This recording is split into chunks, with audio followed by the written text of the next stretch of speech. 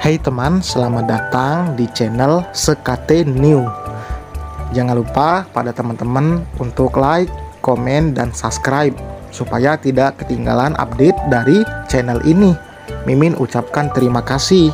Selamat menyaksikan. Bab 14. Dari balik tembok ada seseorang yang sejak tadi tak henti memperhatikan adegan memilukan itu.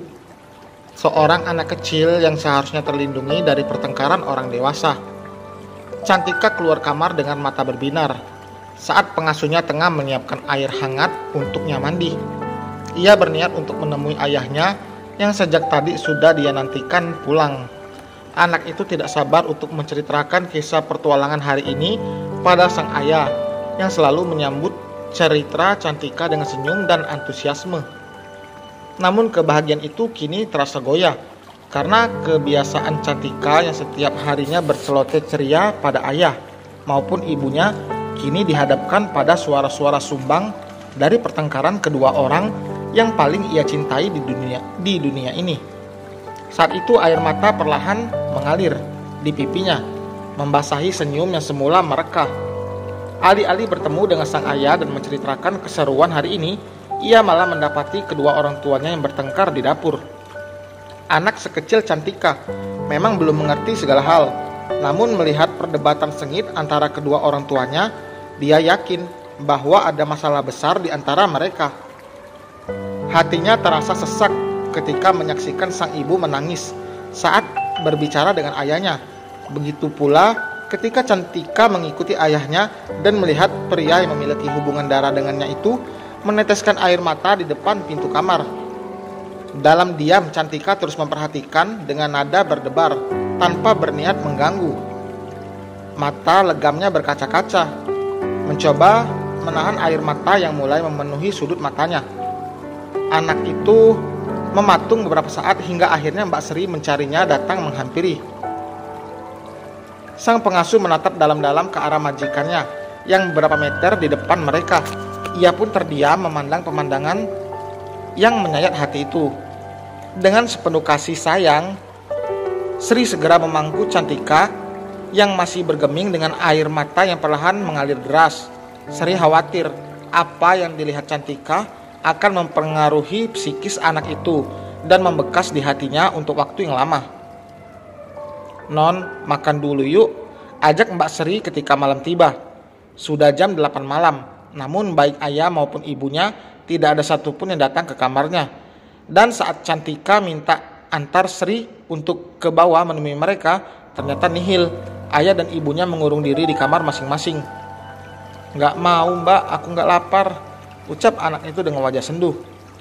"Tapi non, nanti non Cantika bisa masuk angin kalau nggak mau makan. Makan dulu ya sedikit aja," pinta Mbak Sri memohon. "Nggak mau, aku maunya mama sama papa," teriak anak itu kemudian membungkus tubuhnya dengan selimut, menyembunyikan wajahnya yang kini kembali basah oleh air mata. Dari balik selimut, Sri bisa melihat tubuh anak majikannya itu berguncang. Ia menatap pilu pemandangan yang begitu menyayat hati ini. Sejak kecil dirinya sudah mengasuh Cantika, dan baru kali ini ia melihat Cantika yang begitu terpukul karena melihat dengan mata kepalanya sendiri pertengkaran kedua orang tuanya. Sri yang merasa serba salah memberanikan diri untuk menemui sang majikan di kamarnya. Pertama, ia mengetuk pintu kamar utama, berharap sang nyonya keluar dan membujuk Cantika. Tiara yang kelelahan karena habis menangis itu begitu lelap hingga tidak mendengar ketukan pintu dari pengasuh putrinya itu. Ia bahkan belum berganti pakaian sama sekali, masih dengan kemeja kantor yang ia gunakan siang tadi. Dirinya terbaring pulas dan merasakan jika matanya yang begitu berat serta bengkak. Sri mengetuk pintu kamar lain di rumah itu. Kamar tamu yang dijadikan sebagai kamar kedua untuk Arkan. Ketika Tiara terus menghindar dan tidak ingin tidur bersama suaminya. Dengan pelan tapi pasti Sri mengetuk pintu kamar tersebut, berharap sang tuan mendengar dan keluar untuk membantunya membujuk Cantika. Namun saat itu Arkan sedang berada di kamar mandi di kamar tamu rumahnya.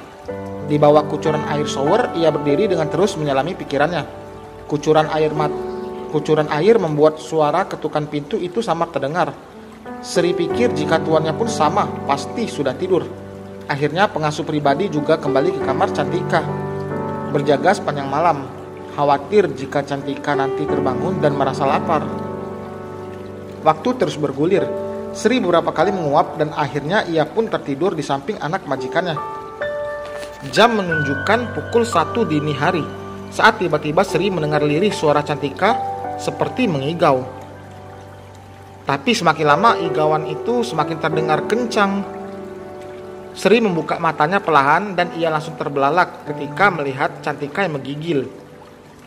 Terlihat dari selimutnya yang berguncang dan bibir anak itu yang memucat. Astagfirullah, non Cantika. Sri memekik panik saat ia menempelkan punggung tangannya dan mendapati Cantika yang sedang demam tinggi. Tanpa pikir panjang, ia segera berlari keluar untuk mencari bantuan. Sri menggedor pintu kamar majikannya dengan keras. Berbeda dengan tadi yang pelan-pelan dan sangat ragu-ragu. Masa bodoh jika dirinya akan dimarahi oleh majikannya karena tidak sopan atau apa. Yang terpenting saat ini adalah Cantika butuh pertolongan pertama. Pintu terbuka. Tiara keluar dengan mata yang sembab dan sedikit bengkak akibat terus menangis. Ada apa, Sri? Tanya Tiara sambil menguap. Wajahnya terlihat kacau. Penampilannya pun berantakan. Rambut acak-acakan serta kemeja yang sudah sangat kusut. Mohon maaf, Bu Tiara. Maaf saya mengganggu tidur Anda. Tapi itu non Cantika. Saking paniknya Sri sampai sulit untuk berbicara. Dan di saat bersamaan akan keluar dari kamar tamu karena mendengar keributan. Ada apa dengan Cantika? Tanya Tiara penasaran. Non Cantika demam, Bu. Dia menggigil. Ucap Sri yang membuat Tiara terhenyak. Tanpa bertanya apapun, Tiara langsung berlari menuju kamar Cantika. Begitupun dengan Arkan yang langsung menyusulnya. Astaga, sayang, kamu kenapa? Kenapa bisa begini? Tiara memeluk Cantika yang masih menggigil itu. Ia meminta Sri mengambil kompres dahi serta membawakan obat penurun panas. Tiara membawa tubuh putrinya itu ke dalam pelukannya. Kepanikan juga dirasakan oleh Arkan. Pria itu mendekat dan menempelkan punggung tangannya di kening sang putri tercinta. Ya Allah, panas sekali, Dek. Kita harus bawa ke rumah sakit, ucap Bagas dengan cemas. Iya, Mas, tapi nanti dulu. Khawatir kalau Cantika kejang di jalan. Sebaiknya kita beri pertolongan pertama dulu.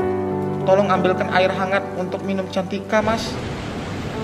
Titah Tiara yang langsung dibalas anggukan mantap oleh Arkan. Untuk kali ini, Tiara berbicara normal pada suaminya. Tidak sinis ataupun ketus. Mereka bekerja sama untuk merawat buah hati tercinta mereka. Mama, Papa. Cantika membuka mata bersuara lirih sambil menatap kedua orang tuanya dengan tatapan sayu. Bibirnya pucat bergetar saat hendak mengucapkan sesuatu. Iya, Nak. Ada apa, sayang? Kami ada di sini. Tiara mengompres dahi putrinya, kemudian memberinya obat penurun panas. Mama, Papa, jangan bertengkar lagi ya. Aku sedih. Aku gak mau lihat Papa, Mama nangis. Ucap Cantika dengan kondisinya lebih baik dari saat tadi. Ia masih menggigil, namun tidak parah. Tiara terus memeluknya hingga membuatnya terasa hangat. Arkan dan Tiara saling melirik. Mereka tak menyangka jika Cantika ternyata melihat semua ini. Adegan di mana kedua orang tuanya bertengkar hebat. Apakah ini yang membuat Cantika sampai sakit? Tebak mereka dalam hati. Papa dan Mama, janji ya, jangan berantem lagi. Cantika, sayang Papa dan Mama. Lirih anak itu lagi, yang membuat kedua orang tuanya tak kuasa menahan titihkan air mata. Iya sayang, Papa janji, kamu harus sehat ya. Maafkan papa dan mama, ucap Arkan setelah beberapa saat. Tiara hanya diam. Arkan mengecup kening putrinya yang saat ini meminta dipeluk olehnya. Cantika tersenyum lemah kemudian terlelap di pangkal paha ayahnya. Tiara memalingkan pandangannya dari adegan yang membuat hatinya terasa sakit dan sesak ini. Ia pun memilih untuk keluar setelah Cantika terlelap. Rasanya tidak sanggup untuk lama-lama berada di kamar putrinya yang luas, namun entah kenapa begitu pengap dan mendesakan. Ibu, mau saya buatkan teh manis hangat? Sri melihat Tiara yang duduk sendirian di meja makan. Wajahnya murung dan galau terpancar jelas. Sebagai pembantu rumah tangga yang setia, ia ikut merasakan kepedihan hati majikannya yang kini sedang mengalami keretakan dalam keluarganya. Suasana harmonis yang dulu kerap menghiasi rumah ini kini terasa sirna, seolah terkoyak oleh derita. Gak usah Sri, kamu tidur lagi saja. Cantika biar saya yang urus, ujar Tiara lemah. Walaupun di lubuk hatinya ia membutuhkan dukungan, Tiara tidak ingin merepotkan Sri. Baik Bu, Sri mengangguk lalu pergi menuju kamarnya. Sementara itu Tiara terus termenung, seakan terjebak dalam perasaan bimbang. Hatinya tengah berperang antara menerima kondisi poligami yang terasa menyiksa jiwa ini atau mempertahankan harapan putrinya yang masih menginginkan kebahagiaan keluarga utuh. Takdir ini mengejeknya sebagai wanita yang selama ini berharap menjadi istri dan ibu sempurna. Tiara tidak ingin terus-menerus menanggung luka. Namun dia tak tega menyakiti hati Cantika yang masih polos. Bayangkan betapa hatinya hancur melihat anak kecil itu yang belum mampu mengerti derita yang mendera orang tuanya saat ini. Terbelenggu dilema. Tiara mencari jawaban dalam tangisannya yang tak henti-hentinya meretas hatinya. Suara derap langkah terdengar mendekat. Tanpa Tiara melihat, ia sudah tahu siapa yang datang. Cantika sudah tidur dek, demamnya mulai pulih. Mas pamit sholat tahajud sebentar ya, ucap Arkan dengan lembut, meminta izin pada wanita yang tetap mengabaikannya tanpa berucap sepatah kata pun. Arkan bergegas menuju musola kecil yang ada di samping taman belakang rumahnya. Ia membuka pintu kaca yang menghubungkan dapur dengan taman belakang itu. Musola kecil itu dibuat tanpa pintu sehingga terasa menyatu dengan alam ketika beribadah. Hembusan angin menerpa di dalam sujudnya. Arkan terus memohon pengampunan atas apa yang ia perbuat sehingga membuat semuanya menjadi tersakiti, termasuk istri dan anaknya sendiri. Lantunan ayat suci terdengar membuat hati yang gusar dan penuh kebencian dari wanita yang masih duduk di ruang makan itu melunak. Untuk beberapa saat Tiara terdiam. Pikirannya melayang pada kenangan manis antara dirinya dengan suaminya. Setiap momen tercipta tanpa ia duga. Orang ketiga itu akan datang dan memporak-porandakan keharmonisan keluarganya. Tiara bangkit, berjalan menuju sumber suara, di mana Arkan begitu husuk membaca kitab suci. Sesekali terdengar isaknya, menandakan bahwa pria itu pun rapuh, bahkan tak kuasa ketika mengadu pada Tuhannya. Kamu pria sempurna, Mas. Semua ini tidak sepenuhnya salahmu. Andai aku sedikit saja nurut saat itu, andai aku mau berhijab dan menjadi ibu rumah tangga biasa seperti keinginan ibumu, mungkin semuanya tidak akan terjadi. Tapi aku bukan istri Nabi yang ikhlas, yang bisa ikhlas. Aku tidak mampu menjalani poligami. Aku tidak sanggup, Mas. Batin Tiara yang mulai berintrospeksi atas kesalahannya selama ini, yang belum bisa menjadi istri dan seorang ibu sempurna. Batinnya menjerit-jerit. Dalam diam, tangisnya pun pecah. Tiara benar-benar bingung langkah apa yang harus ia lakukan selanjutnya.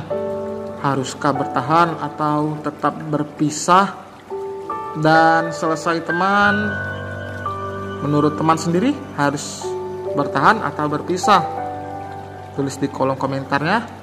Mimin tunggu. Terima kasih telah menulis di kolom komentar. Sampai berjumpa di bab berikutnya. Bye.